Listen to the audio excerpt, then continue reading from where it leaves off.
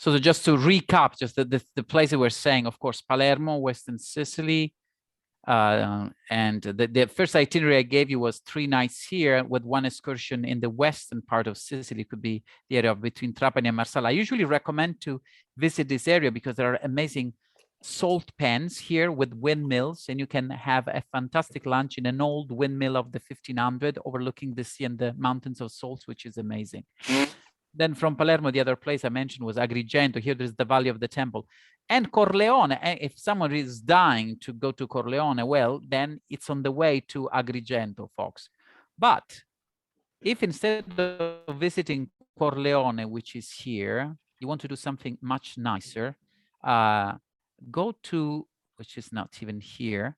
In order to go to Agrigento, you could take this way, no, from Monreale, you take this way here. And it's a beautiful, beautiful road. The land, the countryside here looks like Tuscany. There are beautiful hills, and it's a fantastic area for, this is it, Piana degli Albanesi, fantastic area for the wine. There are amazing wineries here. So you go down this way, and then you reach Agrigento from here. It's a little longer, a couple of hours, but it's worth. Or you go Corleone, Prizzi is also really nice. Oh, Palazzo Adriano. So this is the way to Agrigento if you want to make it a little longer. And again, if you're dying to see Corleone. A beautiful place is Palazzo Adriano. I don't know if you're familiar with the movie Cinema Paradiso. It was all filmed here. It's beautiful. Lovely, lovely town. And the drive is amazing. Long, you know, but there are these little mountains, the hills, the wheat fields, and then you reach Agrigento here, the Valley of the Temple. So this could be a really nice drive from Palermo. And then, you know, if you start early in the morning and you do this drive and you stop here and there, you visit the city, you know, where the Cinema Paradiso was filmed or other little towns, you reach the Valley of the Temple like in the afternoon at sunset. The visit, I recommend to visit, this is a tip, visit the Valley of the Temple last entrance so you can enjoy a sunset in the valley. Is amazing, really, really beautiful. And then here is Siracusa, the other area, lovely place, Siracusa. 2 nights here. 1 day for Syracuse and 1 to visit maybe Modica and Ragusa. You don't know, but Modica is the place where we make chocolate.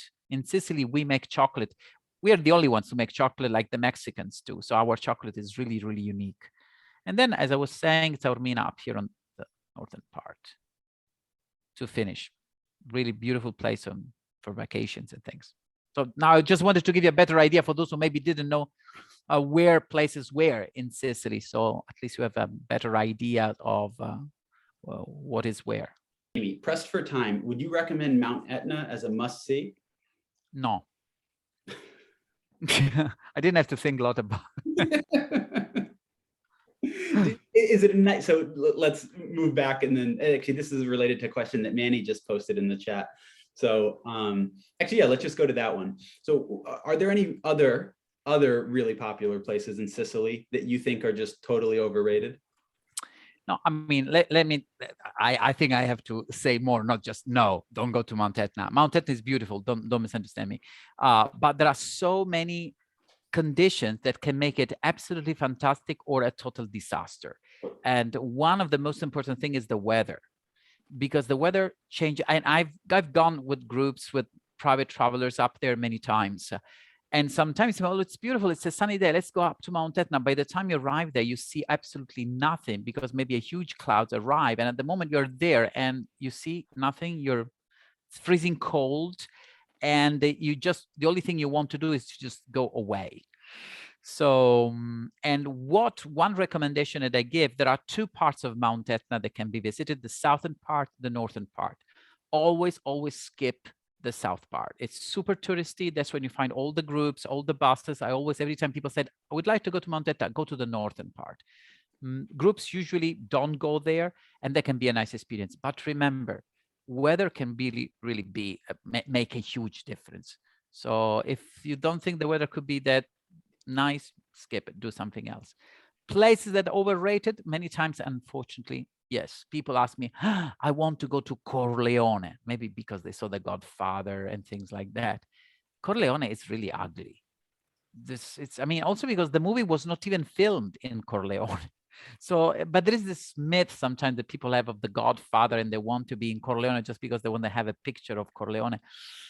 But it's not worth. Now, the people from Corleone are not going to like this, but honestly, I mean, if you don't go to Corleone, your life won't be different, and you will not. But you should go instead to the towns where the Godfather was moved, which has got nothing to do with Corleone, but there are really, really nice villages, Savoca and Forza d'Agro. Savoca is really, really a lovely place. And you can go there even if you don't like the Godfather, because it's a really pretty Sicilian town. Okay. And one thing, if I can complete, area which people usually don't consider visiting, but I think instead is really, really nice, are the villages on the Madonie Mountains. This is usually, there is Palermo, going east, there is Cefalù, and then starts this chain of mountains, and there are lovely villages up there. Castelbuono, Petralia, Soprana, they are really, really nice. The woods are amazing. The views are amazing. You are in the mountains looking at the sea, these medieval villages. The food is exquisite. But people don't go because they're not famous. Are there others too that both the places that you think, and maybe it's not that they're necessarily overrated, but are there other places that, other alternatives to the really famous places that people, that you see on every single list beyond these that you'd recommend as well, instead of specific places? Yeah, but as I was saying, these towns up on the Madonie are really off the beaten path. Usually people don't go there. Up into the mountains, it's like, because people think either in Sicily they want to see either the archaeological sites or the big cities or the beaches, and they don't realize that the mountains in Sicily are incredibly beautiful, but nobody goes there. And they're really nice. All the mountains that go from Cefalù, let's say, which is the central northern part, all the way to Messina, they are so nice and so little touristy. There are woods there.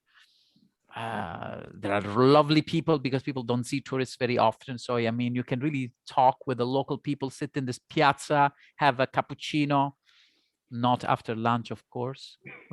Yeah, first thing, when you rent a car here, make sure you are totally covered as far as insurance is concerned, because really some of the roads, if you decide, oh, let's go to that beautiful village, some of the roads can be very, very bad. You can, or in certain places, sometimes it can happen. That it happens to my car all the time. I see scratches here, I park it there, say, oh, it's so scratched, what happened? Because I mean, sometimes we don't pay very much attention to the way we drive, and I'm the first one who does it. I scratch a car, oops, so, and then maybe I don't know who this car is, and you go away. So basically you might find scratches and things, so yeah, make sure you have an insurance. Second one, yes, ZTL. In many city centers now, there are only pedestrian areas or areas just for residents. So basically you will always have signs for that. But what I always recommend, if you're staying in a hotel, which is downtown, always ask, or an apartment, ask the owner of the apartment, of the hotel reception, what's the situation in that town, because sometimes they can give you a special permission to get in with your car. So even if it's ZTL, you staying in the city center, register, the hotel will give the policeman your plate number, and you can get in anyway. Or otherwise, but anyway, you will see it. You will not risk to miss it, because it's actually, there are always clear signs with lights saying this is the ZTL zone. You can go or you cannot go. But a tip is always ask your hotel or the owner of your apartment, if you stay in an apartment, if they can give you a permission to get in. Most of the time it is possible. Okay, perfect. Though you might not want to drive then within the city or town, actually. That's another story. If you want to go with your car into, and always something I always suggest when people tell me, don't get a huge car. Usually, I know you Americans used to have like big cars most of the time. No, not SUV. Try to have not a too small one, but medium one, because sometimes if you're driving in small medieval villages, hey, these were not made for the cars. So the smaller, the better.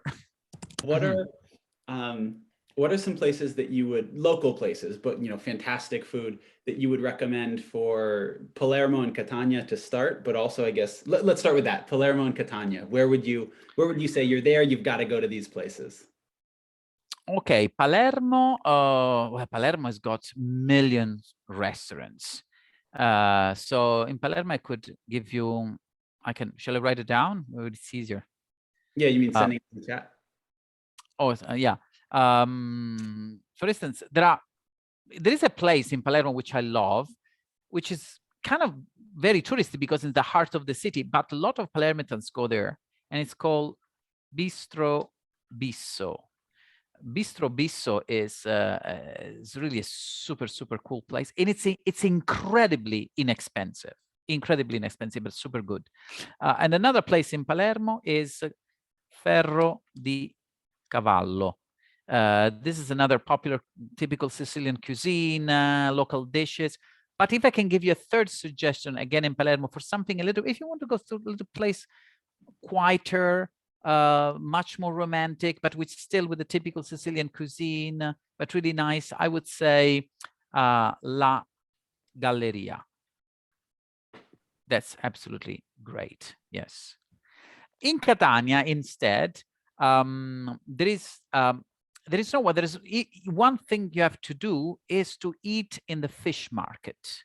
The fish market in Catania is something very, very strange because it's like behind the main square, Cathedral Square, you go, there is a fountain, you go behind the fountain, 5 steps down, and there is this big courtyard, and all the fish is sold right there. And all around, it's full of fish restaurants. Some of them are very, very old, like Antica Marina or other, but it doesn't matter because they're all excellent. And you eat fish that sometimes comes directly from the fishmonger down there, and then it's on your plate. And you eat your fish while down there in front of you, they're selling the fish. So that's a very cool experience. I wouldn't recommend one or another because they're all excellent. Look, the one you like the best, you sit there and just enjoy it. And if there is a restaurant that serves you dinner at 5, I wouldn't go because for sure it's a touristy restaurant. We have our rules, especially food, in Italy is sacred. It's a sacred thing. You cannot just make fun of it and just, oh, let's have lunch at 5:55. No, there is a time for breakfast. There is a time for lunch. There is a time for dinner. There's a time for cappuccino. So it's, remember, if you want lunch, try to be there by 2. 2 p.m. is usually the latest you can sit for that. But at the same time, you cannot have lunch at today. I was in Palermo with a group of tourists at 11:30 and said, we would like to have lunch because we woke up early this morning. You have to wait until at least 12. 11 o'clock, it's difficult to find a restaurant that serves you lunch. Even in a touristy place like Taormina, which is the most touristy place, you won't find a restaurant which will serve you a lunch at 10:30 or 11 or dinner at 5:30 p.m. Maybe 1 or 2, but again, this would be the very touristy one. Usually lunch between 12:30 and 2, and dinner between, if you're lucky, 7:30, but usually it's 8 o'clock. Until then, until midnight, that's not a problem. Especially in the summertime, sometimes we Italians might sit down for dinner at 10:30, 10:45. Are there any other giveaways that a restaurant is probably not going to be very good and might be a tourist trap? Yeah, this could be photos, just photos on the menu or photos outside the restaurant. Usually what I do, in how many languages the menu is translated.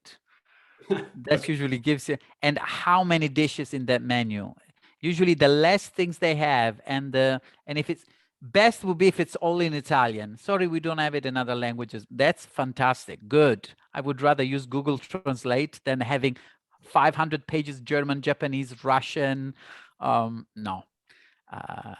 And that's usually one thing I look also when even in Sicily. Sometimes I look, oh, there's a new restaurant, and then I look, there are menus written in 8 languages. Not sure about it. Okay, noted. And so also a smaller menu, right? You were saying as well that a very small menu is good. If a restaurant is good and serves good thing, they cannot prepare 15 different kinds of pasta. There's no way. Usually the good restaurants, they say, okay, we use this products and we make this like 4, 5. First course, we have 3, 4, second course, but usually they will tell you what's the special of the day, because maybe there's some dish which they just made and it will be just for that day. Okay. Thinking about that, there is one place I want to add in Taormina, which I like. It's Don Camillo. Don Camillo in Taormina is it's a family-run place. It's really nice. I was just thinking about that because I remember, but don't you have this? He said, come tomorrow and I'll make it for you. And that I remember that was cool. If you don't have it, you can ask, if I come tomorrow, will you make that for me? And most of the time they might tell you, oh yeah, well, we don't have mussels today, they finished, but tomorrow I'll go and buy it. So come tomorrow and I'll make a mussel soup. Of these beaches, if there are any where you can avoid the enormous crowds in the summer. Yes, of course. Although Sicily is becoming more and more and more and more popular destination, but there are still places which are really, really beautiful. There are some beaches which are beautiful, but they are very famous. So, I mean, you cannot, it's impossible that you're there on your own. But I can tell you what my favorite places are, beaches. Western part of Sicily, we have some beautiful areas. If you don't mind leaving your car, you see, driving from Palermo on the west coast, leaving your car here. If you notice here in the map, the road ends, and then the road starts again here. This is a natural reserve called Zingaro. And if you don't like walking, you can rent a donkey or a horse. And there are lovely little bays. There, it's very difficult that you find a lot of people. Because really you need to walk a lot, sometimes under the sun, but then it's you're really in the middle of the nature. There are no bars, there are no houses, there's nothing. It's you and Mother Nature, and it's absolutely fantastic. But if you don't want to be so extreme, just go to the opposite side of the Cape. And here, there is the most famous beach, San Vito Lo Capo, full of tourists. Don't go there. You just go here, Macari. And there is nothing there. There again, you don't find a bar, you don't find a coffee shop, but you've got this incredible view of this mountain here. You got this bay here and it's wild. You find sandy beaches and little rocks.